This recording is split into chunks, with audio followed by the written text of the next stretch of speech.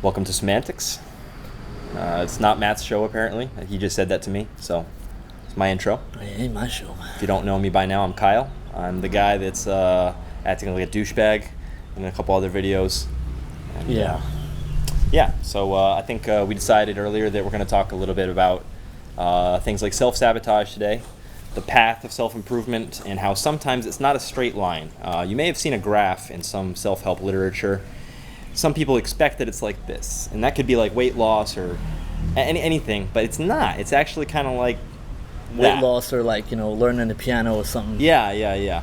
It's not linear. So we're going to talk about that, how to avoid the pitfalls and maybe what happens if you do find yourself in one.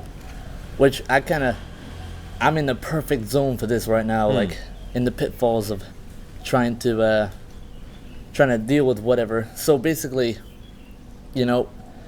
as we know, it's quite hard to do this dating thing, and it's especially hard if you're out and about, especially abroad.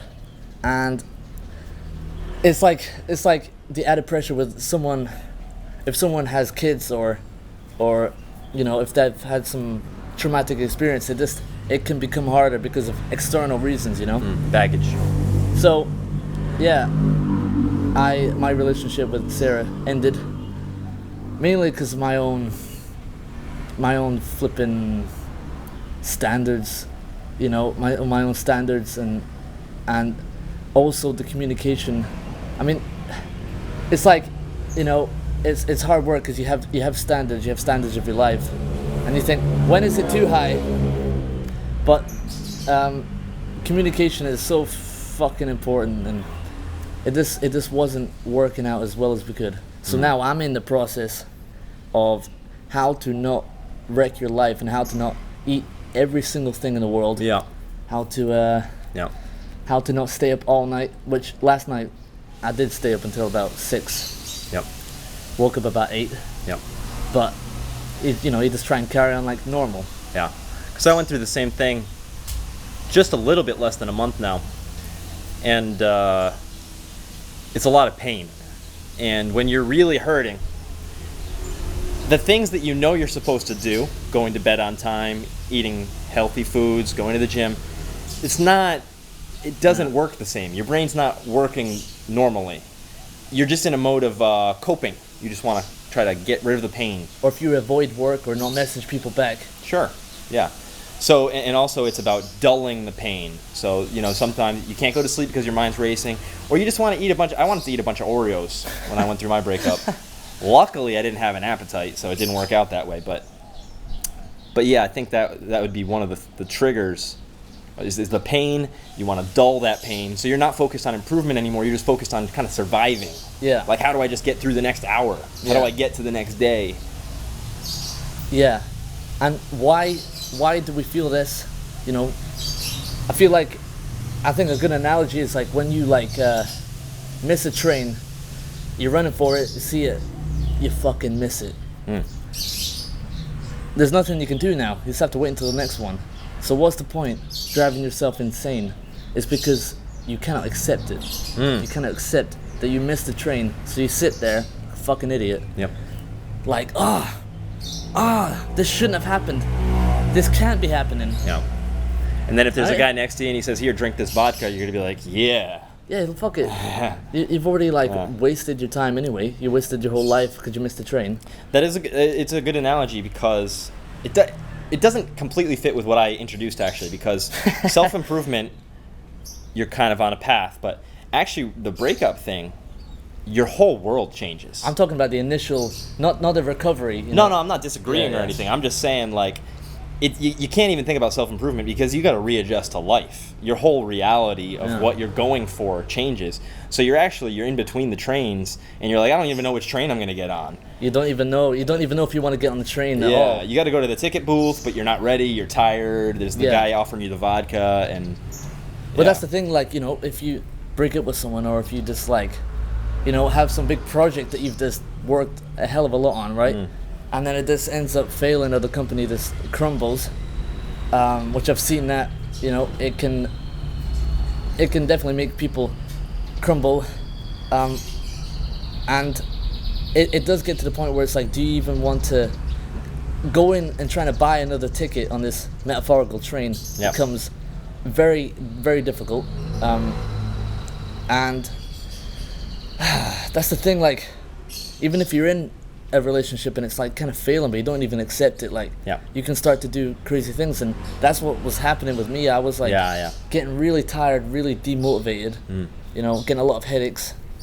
And that happened last year with my ex, where I just, for about 2 months, where I was seeing you sometimes, you were the only person I actually like saw, because I just wasn't into it. I wasn't into doing anything. Yeah. And it sucks, man. Yeah. It sucks because, like, where the hell is your energy? Yet your mojo is gone, Yeah.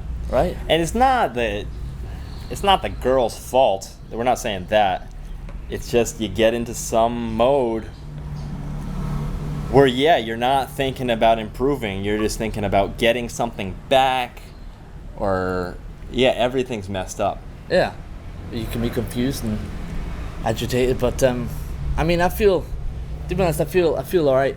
I feel good now. I don't really feel that. I don't have the headaches anymore. It's really fresh for you. Headaches are gone, Yeah, that's good. which is interesting. So,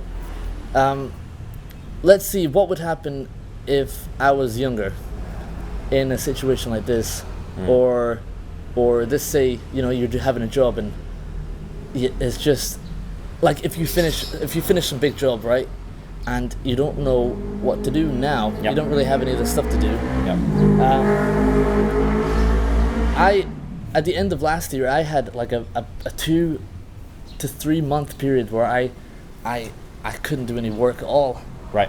You know, I made enough money to a certain point, and there was something in my brain where I was like, I can't do it. I didn't want to see anything. And all I Yeah. wanted to do was just go and do all these dates and that, like, just ignore life. Yeah, because if it's the first time you've missed a train, you're really confused, and it's going to take you longer to figure it out. But if you've missed 20 trains in your life and you're an older dude, you have more experience, it's going to take a minute, but then you're like, I got to go get the ticket. Yeah. So now you've missed a few trains. Maybe Yeah. last year it was fresher. It was a newer experience, and it was harder. Yeah. I mean, I never worked so hard in my bloody life. So, Yeah. what did I do? I pretty much stopped being a vegetarian. That was like one of the worst parts, and I started eating everything. Eating McDonald's quite a lot.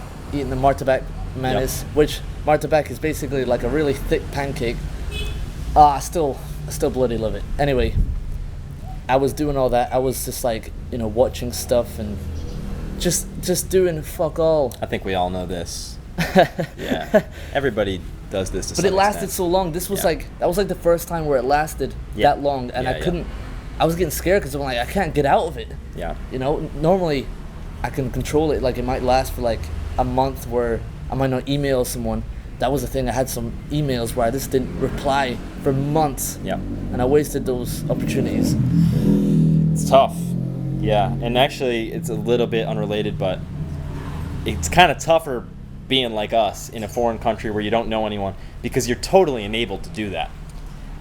There's no one stopping you from doing that. Oh yeah, yeah, yeah. And I was in Cambodia once by myself, no friends, nobody gives a fuck if I leave my room, and I just didn't for like a month. You could die in there. But yeah, you could. Yeah. Yeah. You could get kidnapped. Yeah. So that's kind of unrelated, but it matters.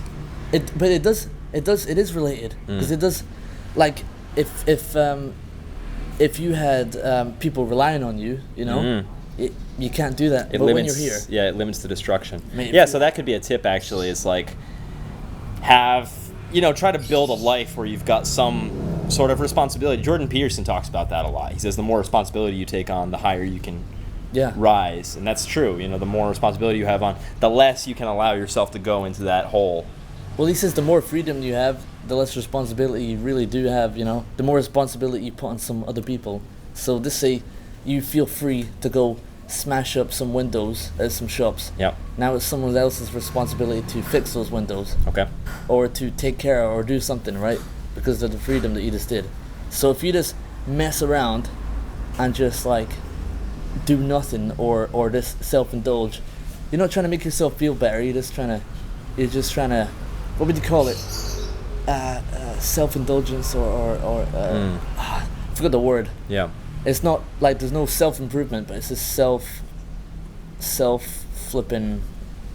it's self-indulgence anyway. Yeah. You know, like short-term happiness, and you're just like, there's a thing where if you eat, you know, a lot of food, right, you can become tired and all this stuff. I think some of that tiredness, especially if you just get exactly what you want, is part of that same thing that happened in Madagascar where Alex the lion, he's like really hungry, and that was like the first time he turned into a real lion. He was like, whoa, what's gonna happen? You know? Right. And he wanted to bite down on Chris Rock's zebra ass. Okay.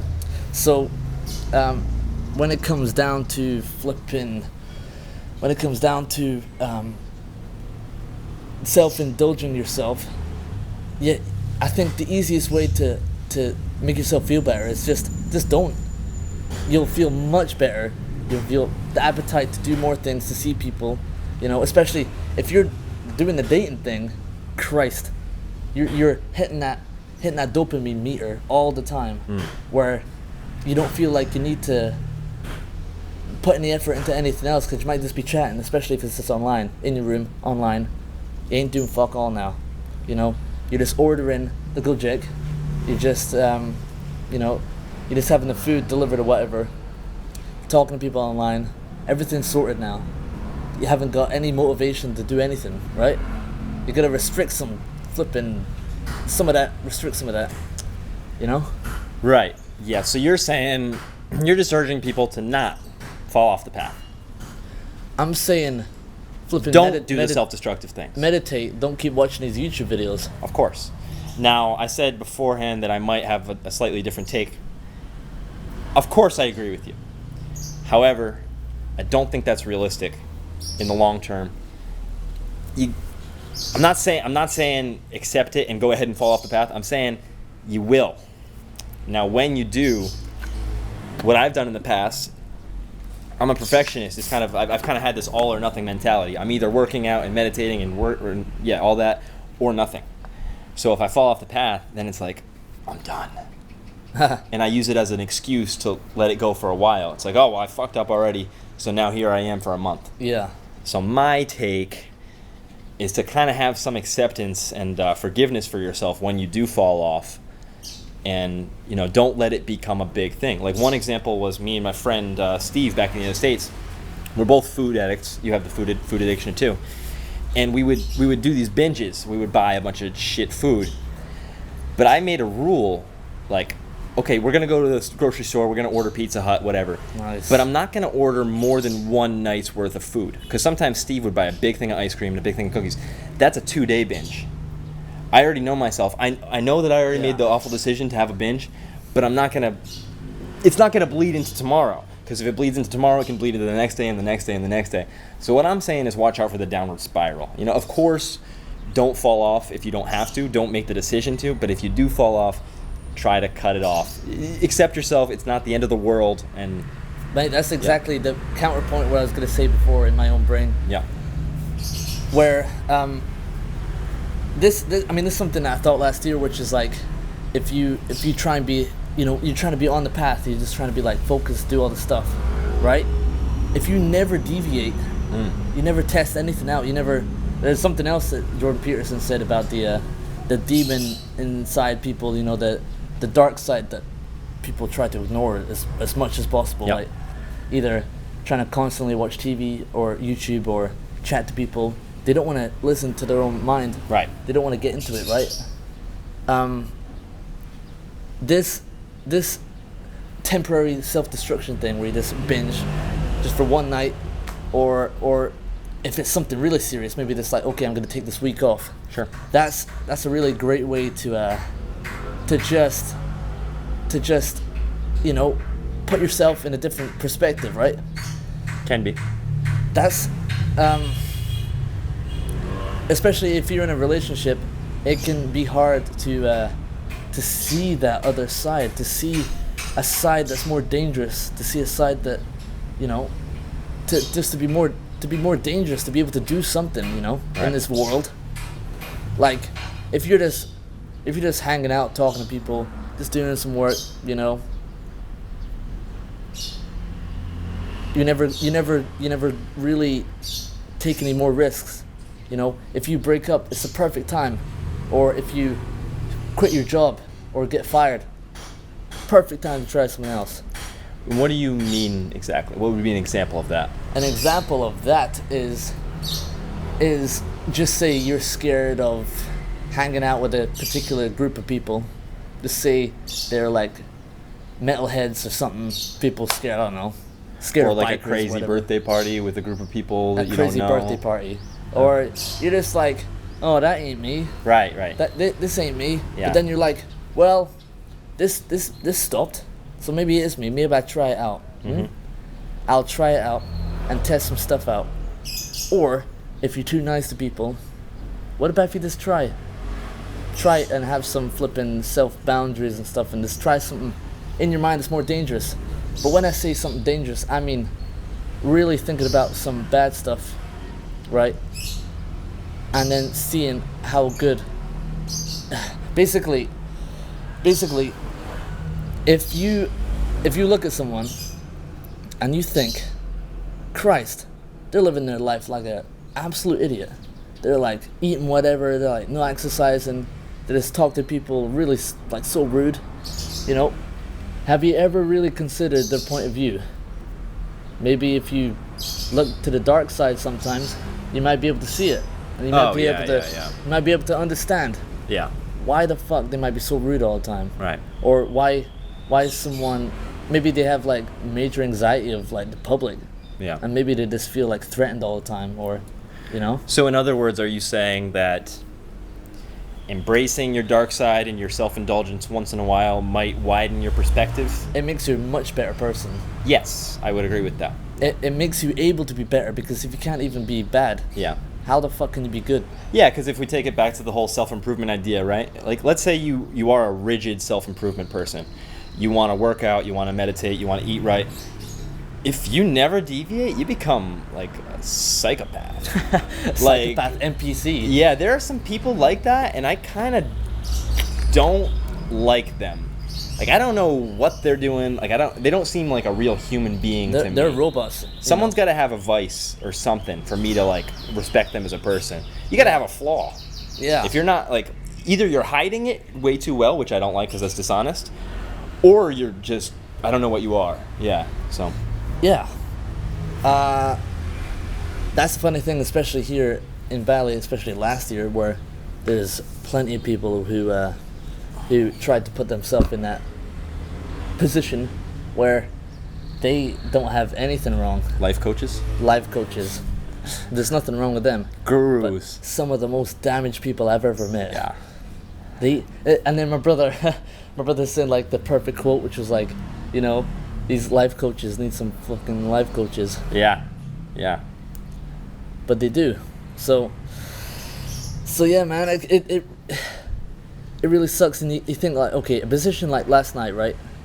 If you're, especially if your life changes where you don't see some particular people anymore, and you don't need to go to work, mate. I know one guy, and he's been in England. He was stuck for, I mean, I've known him for about 6 years, and the most he's done is recorded maybe like a couple of tracks. I know a guy like that. Moved into a very, very, very small place at the side of this house. Yep. That's about it. I know a You guy he's exactly been fired. like that. He's been fired from many jobs. His family's really, Yeah. his family is really awful, to be honest. Like, treat him like a piece of shit. And now he's got like really serious anxiety problems, and Yep. he does so much drugs. And he will literally push as many friends as he can away, and try and push him at the same time. And Yeah, that's just a guy that hasn't gotten out of the downward spiral. He just started a downward spiral, and then the farther down he got, the more impossible it became to reverse it. And now he's just kind of accepted for the time being, for however long. he's in limbo, mate. Or going further down. It's been as far as I've known him for 6 years, then people actually really thought he was okay back Yeah. then. He was like, you know, he's still kind of fucked up, but like, but Well, the irony is that I'm just guessing about this guy, but the people that can go into those types of spirals are usually fairly talented and skilled in some ways. If I had he's to very guess, skilled. I'm not surprised. His memory is insane. Yeah, because there's a certain link that we've talked about between like, you know, genius and insanity, or like torture and intelligence. And usually the types of people that fall into those holes, you know, they have the demons because they think a lot, and like they got a powerful mind. So that's kind of the sad irony, is that the people you see like that are usually capable of some real value, but they just can't do it. And that might be actually what's hurting them more. They know how much potential they have. You know, that's my thing, Yeah, actually. but why would you want to start? How can you possibly start if you have so much potential? How can you start in a project when it's not going to be perfect? It's not going to be what you want, so you never start it. Right, yeah, that's the fear. Yeah. That's what drove my brother nuts for a long time. Right, yeah. And me for a while, until I seen my dad. My dad has had the same perfectionist thing. Yep. But then life happened, and he had to just drive through it, Yeah. and that's the only way I can live now. You know, don't spend too long on something, because if you know, side note, if you work on a project like a film, you are as good as that film until it's done. You can't progress. Right. You cannot progress. Right. And it's kind of like that if you have some relationships, you know, that can work out. You can't really. True. You can become a really bad person, and you're like, why am I doing this? You know, and then you break up, and you're like, Jesus, was it Yeah. me or was it the situation? So. Yeah. Yeah, you are the things you do in your life. Yeah. Yeah, the people and the places you go, and yeah, so you But always I got have to a be point. aware of that. I have a point. This is a really, really nuanced point, right?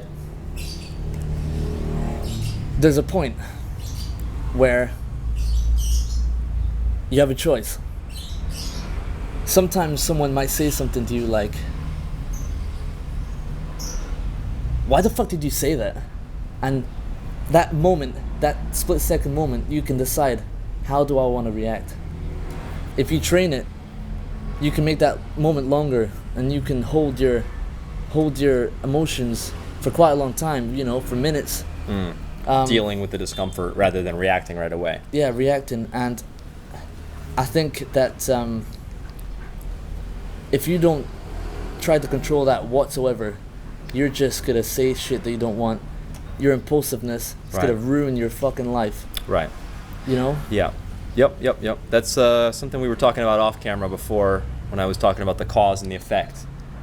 Right? Like, some people, you know, the more you build your willpower with the things we're talking about, self-improvement, the more you're able to make your own decisions and not be driven by your trauma. Yeah. Or what's going on around you. You're talking about someone who can not react right away. And it's amazing when you start to see people that were like that, but they start to make these decisions. You see them working in their brain, like, how do I want to react to this moment? And then they choose to be like, what? And they'll say like, what do you mean? That's the perfect opportunity to now talk about it. Right. What do you mean? Instead of, wait, what was the first thing? Why the fuck did you say that? It's more like if someone just says something. Well, no. I'm just saying, why the fuck did you say that? Fuck you. Yeah. Right. Like, instead of that. Like, you start assuming like exactly what you think in their brain. And that's it, man. I started just asking more questions. We're on the last 5 minutes here. I keep thinking it's gonna be 25 minutes, but it's half an hour. She gave you the durian, right? Yeah. Aphrodisiac. Pretty funny. Anyway. Yeah, sorry, this neighbor walked past. But I just think that this point, this really nuanced point, which you choose to decide something else. That's the thing with emotions. It's like you can be fucking wrecked by it. So way easier said than done. Of course. I used to react to things so much, and I got bullied quite a lot because I just couldn't stop. I couldn't stop to react to just every single thing. Even people make up words, and then I wouldn't even like that word just because the intention.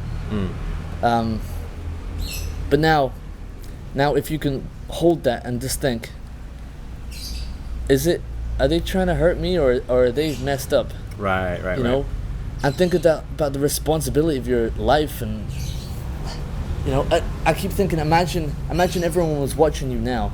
How would you deal with a situation? Don't just be a selfish prick, you know? Just think, would I want to see this? If I was this, you know, when you're watching a film, you see like your hero character, you know? Would you want, do you do that? Like, do you imagine, what would I do? What would I want them to do? And they do it, and you're like, yeah, nice. Yeah, of course, yeah. But imagine they just choose something really messed up, you know? As we do on a daily basis. And then we do that because no one's recording us. Yeah. But I tell you what, recording stuff is pretty good discipline, you know? Let's just wait one sec. Can be. Hello. Hi.